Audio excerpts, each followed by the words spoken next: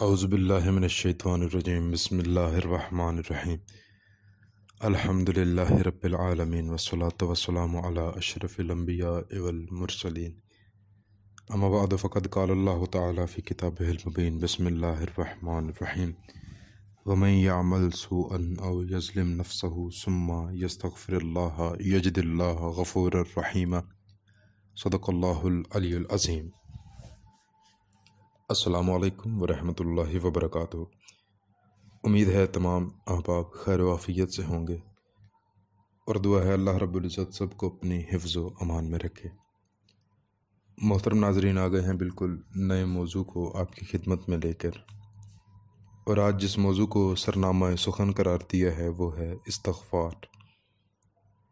اللہ رب العزت نے انسان کے گناہوں کو بخشنے کا ایک ذریعہ رکھا ہے جس کا نام توبہ ہے، استغفار ہے، اس لیے کہ راہ حق سے بھٹکنے والوں کے لیے باب رحمت کھولا ہے۔ گناہوں کا ارتکاب کرنے والوں اور اپنے نفس پر ظلم کرنے والوں کے لیے وسیلہ استغفار ہر وقت موجود ہے۔ اس ضمن میں قرآن مجید فرقان حمید سورہ نساء کی آیت نمبر 110 کی تلاوت کا شرف حاصل کیا ہے۔ اللہ رب العزت فرما رہا ہے، بسم اللہ الرحمن الرحیم، وَمَن يَعْمَلْ سُوءًا أَوْ يَظْلِمْ نَفْسَهُ ثُمَّ يَسْتَغْفِرِ اللَّهَ يَجِدِ اللَّهَ غَفُورًا رَحِيمًا، کہ جو کوئی برا کام انجام دے یا خود پر ظلم کرے پھر خدا تعالیٰ سے معافی کا خواستگار ہو، خدا تعالیٰ کو معاف کرنے والا اور مہربان پائے گا۔ یعنی کہ اگر انسان گناہ کرتا ہے، شرط یہ ہے کہ اپنے گناہ پہ باقی نہ رہے۔ اللہ رب العزت کی بارگاہ میں اگر وہ استغفار کرے گا تو یقیناً اللہ اس کی توبہ کو قبول کرے۔ اس ضمن میں حضرت علی کا ایک فرمان آپ کی خدمت میں پیش کر رہا ہوں کہ حضرت علی نے فرمایا، حیران ہوں اس پر جو رحمت خدا سے نا امید ہو گیا ہے جبکہ وہ استغفار کر سکتا ہے۔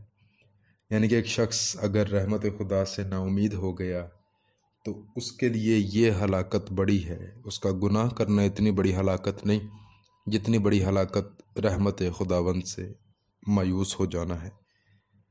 اسی زمن میں ایک واقعہ نمونہ المعارف میں موجود ہے کہ ایک عورت کشتی میں سوار تھی، وہ کشتی ڈوب گئی۔ وہ عورت ایک لکڑی کے تختے کے ذریعے نجات حاصل کر کے ایک جزیرے تک پہنچ گئی۔ اس جزیرے میں ایک آدمی تھا جو چوریاں کیا کرتا تھا۔ جب اس نے خوبصورت عورت کو زیورات کے ساتھ دیکھا تو پوچھا، تم انسانوں میں سے ہو یا جنوں میں سے؟ اس نے جواب دیا کہ انسانوں میں سے ہوں، ہماری کشتی ڈوب گئی تھی، میں بہت مشکل سے ایک تختے کے ذریعے اس جزیرے تک پہنچی ہوں۔ وہ مرد اس کے قریب آیا، اس نے چاہا کہ اس کے زیورات لے لے، لیکن جب قریب آیا تو شیطان نے بدکاری کی دعوت دی۔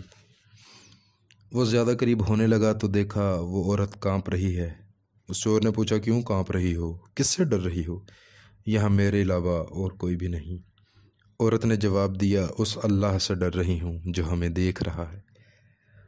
اس مرد نے پوچھا، کیا آج تک تم نے ایسا عمل انجام نہیں دیا؟ عورت نے جواب دیا، نہیں۔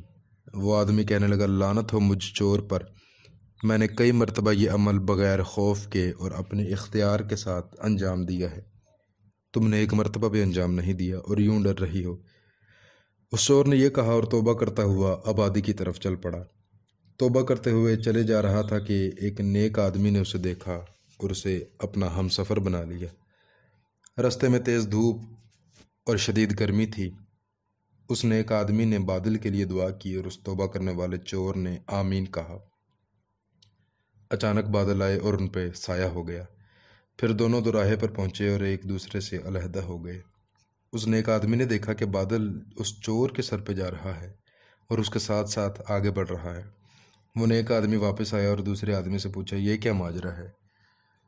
اس چور نے اپنا عورت والا واقعہ بیان کیا۔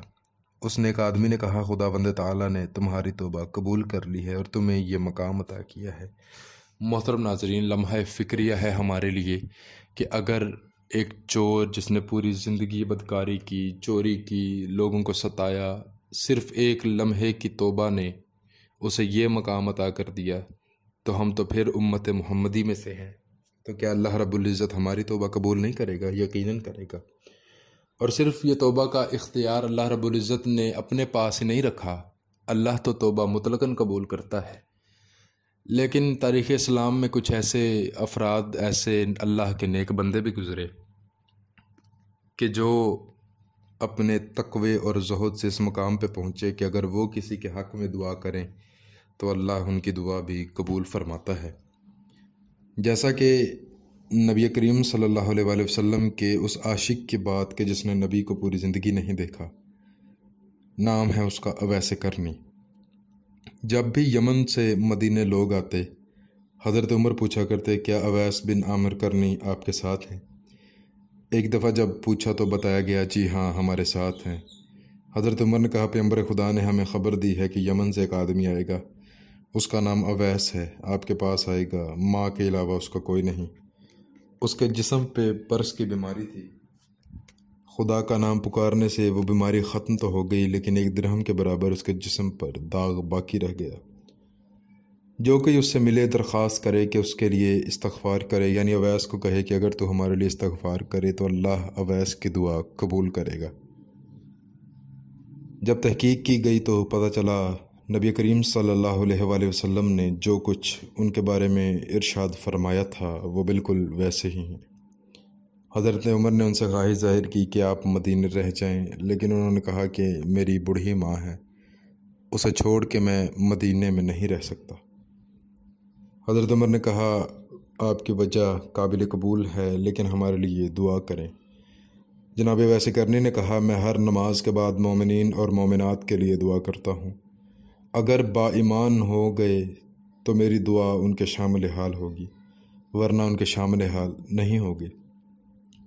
انہی بندوں میں سے ایک بندہ تھا جو پہلے تو حضرت اویس کے زہد و تقوی کا بڑا مذاق اڑایا کرتا تھا، پھر حضرت عمر سے جب اس نے اویس کرنی کے بارے میں نبی کریم صلی اللہ علیہ وآلہ وسلم کا بیان سنا، وہ پلٹا اویس سے ملاقات کرنے کے لیے۔